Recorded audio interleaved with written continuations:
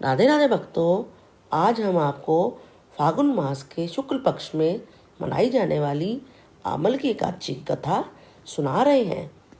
आमल की एकादशी को रंग भरनी एकादशी भी कहते हैं। सूत जी ने 88,000 ऋषियों को संबोधित करते हुए कहा, हे ऋषियों, एक बार की बात है, महान राजा मानधाता ने वशिष्ठ जी से पूछा, हे वशिष्ठ जी, यदि आप मुझ पर प्रसन्न हैं तो ऐसे व्रत की कथा कहिए जिससे मेरा कल्याण हो। महर्षि वशिष्ठ जी बोले, हे राजन, सब व्रतों से उत्तम और अंत में मोक्ष देने वाला आमल की एकादशी का व्रत है। राजा मानधाता ने कहा, हे मुनिवर, इस आमल की एकादशी के व्रत की उत्पत्ति कैसे हुई? इस व्रत के करने की विधि क्या है? हे वेदों के ज्ञाता, कृपा करके इसका सब विवरण मुझसे विस्तार पूर्वक कहें। मुनि वशिष्ठ जी ने कहा, हे नृपश्रेष्ठ, मैं तुम्हारे समक्ष विस्तार से इस व्रत का वर्णन करता हूँ। यह व्रत फागुन माह के शुक्ल पक्ष में होता है। इस व्रत के फल से समस्त पाप नष्ट हो जाते हैं। इस व्रत का पुण्य 1000 गौ दान के फल के बराबर है। आमल की अर्थात आंवले की महत्ता इसके गुणों से अतिरिक्त इस बात में भी है कि इसकी उत्पत्ति भगवान विष्णु के श्रीमुख से हुई है। अब मैं आपसे एक पौराणिक कथा कहता हूँ, उसे ध्यानपूर्वक सुनो। वैदिक नामक एक नगर था। उस नगर में ब्राह्मण, वैश्य, क्षत्रिय, शूद्र चारों वर्ण आनंद पूर्वक रहते थे। नगर में सदैव वेद ध्वनि गूंजा करती थी।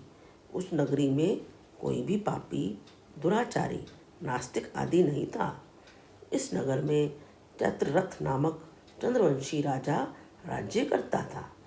वह महान विद्वान तथा धार्मिक वृत्ति का था। उसके राज्य में कोई भी दरिद्र तथा कंजूस नहीं था। उस राज्य के सभी निवासी विष्णु भक्त थे। वहाँ के वृद्ध से बालक तक सभी निवासी प्रत्येक एकादशी का व्रत करते थे। एक समय फागुन मास के शुक्ल पक्ष की आमल की नामक एकादशी आई। उस दिन राजा से प्रजा तक, वृद्ध से बालक तक सबने हर्ष सहित उस एकादशी का व्रत किया।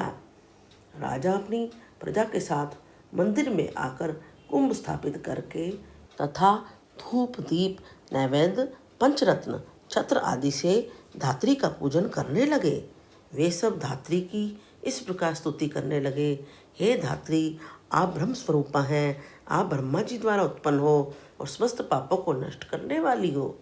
आपको नमस्कार है, आप मेरा अर्घ स्वीकार करें। आप श्री रामचंद्र जी के द्वारा सम्मानित हैं। मैं आपसे प्रार्थना करता हूँ, मेरे समस्त पापों का हरण करो। उस देवालय में रात्रि को सबने जागरण किया। रात्रि के समय उस जगह एक बहेलिया आया। वह महापापी तथा दुराचारी था। अपने कुटुंब का पालन वह जीव हिंसा करके करता था। वह भूख प्यास से अत्यंत व्याकुल था। कुछ भोजन पाने की इच्छा से वह मंदिर के कोने में बैठ गया। उस जगह विष्णु भगवान की कथा तथा एकादशी महात्म सुनने लगा। इस प्रकार से उस बहेलिये ने स्वस्थ रात्रि को अन्य लोगों के साथ जागरण करके व्यतीत की। प्रातःकाल होते ही सभी लोग अपने अपने घर को चले गए। इसी प्रकार से वह बहेलिया भी अपने घर को चला गया और वहां जाकर भोजन किया।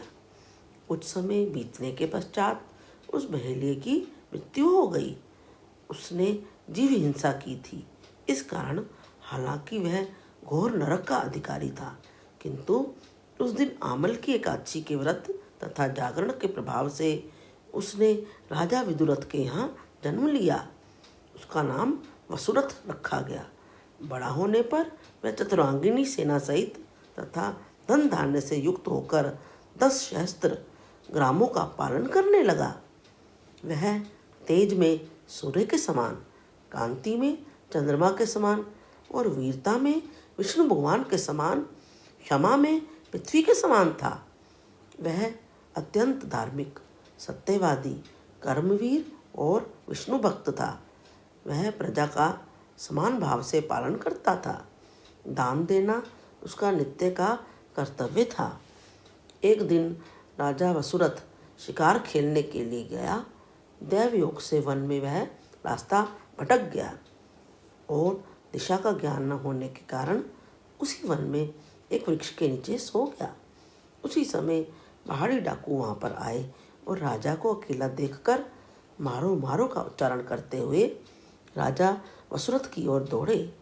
वह डाकू कहने लगे कि इस दुष्ट राजा ने हमारे माता पिता, पुत्र पौत्र आदि सभी संबंधियों को मारा है तथा देश से निकाल दिया है। अब हमें इसे मारकर अपने अपमान का बदला लेना चाहिए।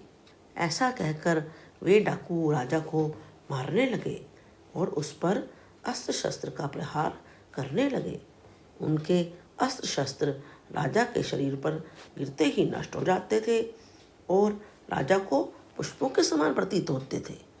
कुछ देर बाद विधाता की करनी ऐसी हुई कि उन डाकुओं के अस्त्र शस्त्र उन पर उल्टा प्रहार करने लगे, जिससे वे मूर्छित हो गए। उस समय राजा के शरीर से एक दिव्य देवी प्रकट हुई।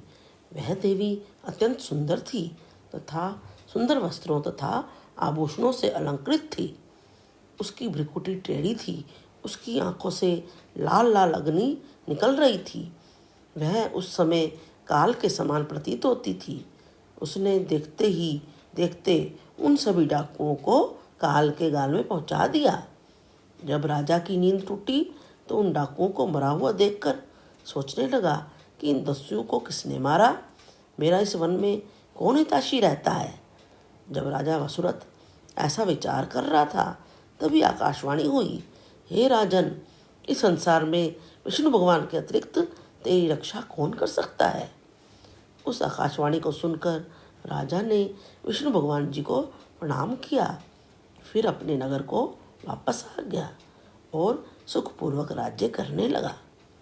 महर्षि वशिष्ठ बोले, हे राजन, यह सब आमल की एकादशी के व्रत का प्रभाव था।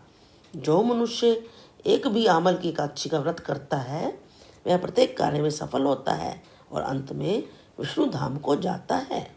कथा सार, भगवान विष्णु की शक्ति हमारे सभी संकटों को काटती है। यह मनुष्य की ही नहीं, देवों की रक्षा में भी पूर्णतः समर्थ है। इसी शक्ति के बल से भगवान विष्णु ने मधुकैटभ नामक दैत्यों का संहार किया था। इसी शक्ति ने उत्पन्ना एकादशी बनकर मुर नामक दैत्य का वध करके देवों को सुखी किया था।